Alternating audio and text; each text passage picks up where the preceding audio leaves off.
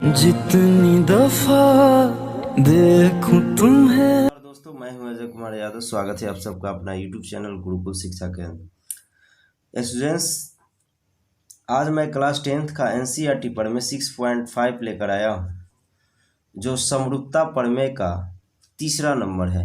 इससे पहले मैं 2 प्रमेय और प्रूफ कर चुका हूं जो समरूप का ही था। तो आइए सबसे पहले हम लोग क्वेश्चन पढ़ते हैं। क्या है?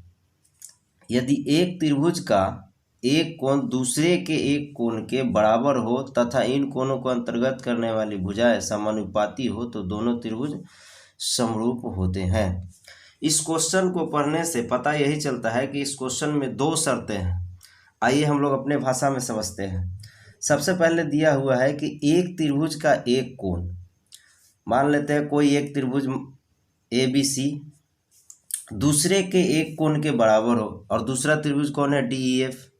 तो हमने इसमें कोण A कोण D के बराबर मान लिया है। दूसरा शर्त है तथा इन कोणों को अंतर्गत करने वाली भुजाएं समानुपाती हो।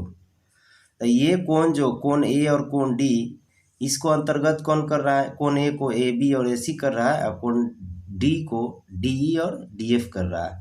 तो ये दोनों त्रिभुज में दोनों भुजाएं समान अनुपात में हो जाएंगे। समान अनुपात में हो जाएंगे तो यहाँ पे हमने AB/D या AC/DF कर दिया है समान अनुपात में। तो दिया है, में दोस्तों समझना है, यही लिखना रहता है कि जो क्वेश्चन में दिया है वही लिखना पड़ता है। तो हमने मान लिया कि कोई त्रिभुज ABC और DEF है, और दोनों त्रिभुज इस प्रकार है कि कोण A कोण D के बराबर होगा, क्योंकि आपको इंडिकेट करना होगा कि कौन कोण, अगर एक कोण बराबर है तो कौन एगो कोण बराबर है, ये आपको यहाँ पे दिखाना होगा।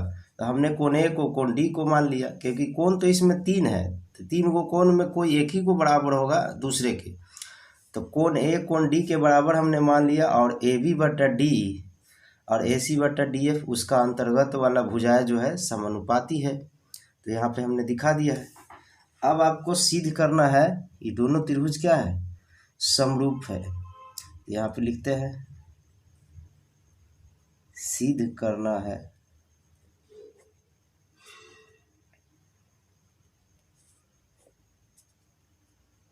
त्रिभुज ABC समरूप त्रिभुज DEF। अब इसको प्रूफ करने के लिए बनावट में कुछ करना पड़ेगा। तो आइए हम लोग बनावट में कुछ करते हैं। त्रिभुज ABC को आपको देखने में भी लग रहा है कि ABC थोड़ा बड़ा है DEF से, तो हम बनावट में कुछ ऐसा करते हैं कि ये एक बिंदु भुजा AB और दूसरा बिंदु भुजा AC से ले लेते हैं P और Q, और दोनों को मिला दिया, जो किसके बराबर हमने काटा है? DE और DF के बराबर काटा है। तो यहाँ पे लिख देते हैं कि त्रिभुज ABC में AP बराबर DE और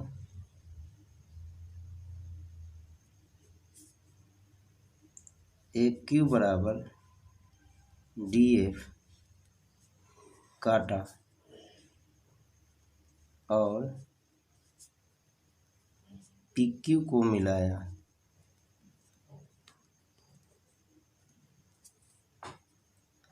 ये हमने जो किया था, भुजा AB और AC पर 2 बिंदु लिया था P और Q, और दोनों को ऐसा लिया था कि AP जो है DE के बराबर है और AQ जो है DF के बराबर है, और दोनों को मिला दिया।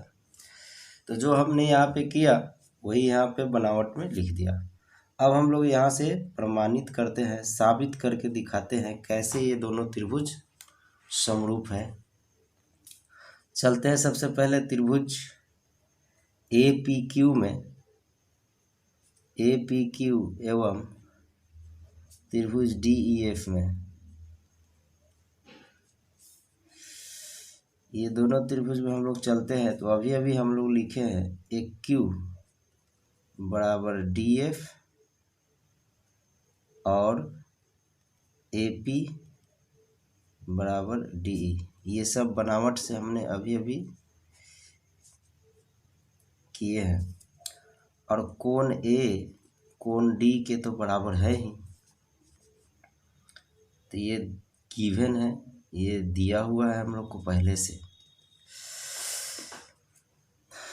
तो आप 9th क्लास में पढ़े हैं कि दो त्रिभुज में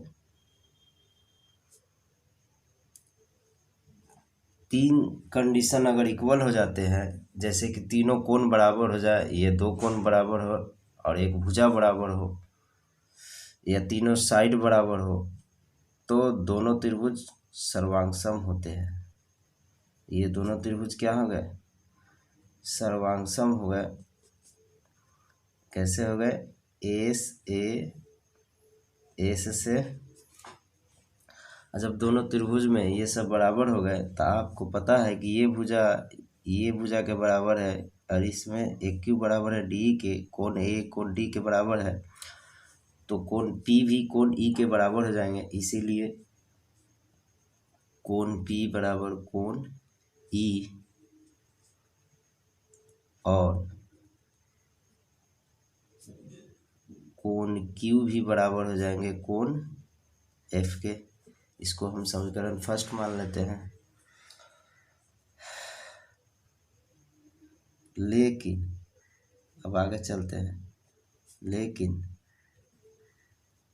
दिया है, क्या दिया है? ए बी बटा डी ई बराबर ए सी बटा डी एफ, ये दिया हुआ है। यहाँ पे हम लोग ए बी बटा डी ई को हमने ए पी के बराबर बनावट से यहाँ पे लिख देते हैं ए पी, ऐसी बार डी एफ के जगह हमने क्या लिया है? एक क्यू, ये बनावट से हम लोग ले रहे हैं।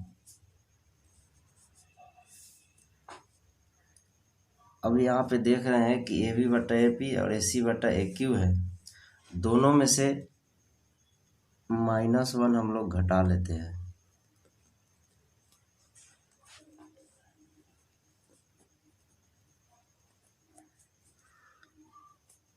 तो ए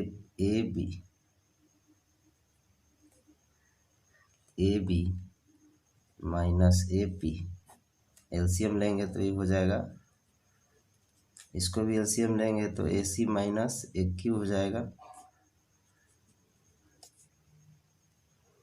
तो A B minus A P है, फिगर में थोड़ा सा देखना है।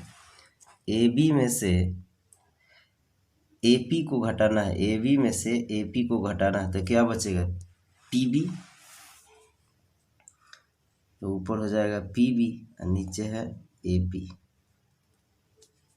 ए सी में से एक क्यू घटाएंगे तो क्यू सी हो जाएगा, फिगर में उसी तरह देख सकते हैं। अब इसको हम लोग क्या करते हैं? उलट देते हैं। उलट देने से ये भी उलट जाएगा, उधर वाला भी उलट जाएगा, ये नियम है। ए पी बटा पी बी ए क्यू बटा क्यू सी, दोनों तरफ का उलट गया।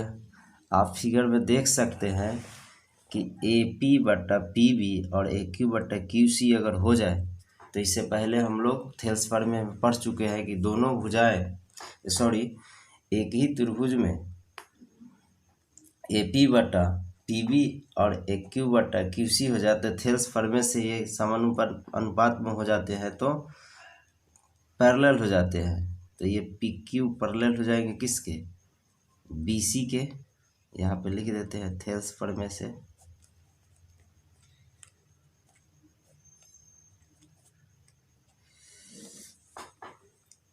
इसके बाद जब ये पैरेलल हो गए, मतलब समांतर हो गए दोनों भुजाएं, तो उसका दोनों कोण भी क्या हो जाते हैं? बराबर हो जाएंगे। तो कोण P कोण B के बराबर हो जाएंगे, और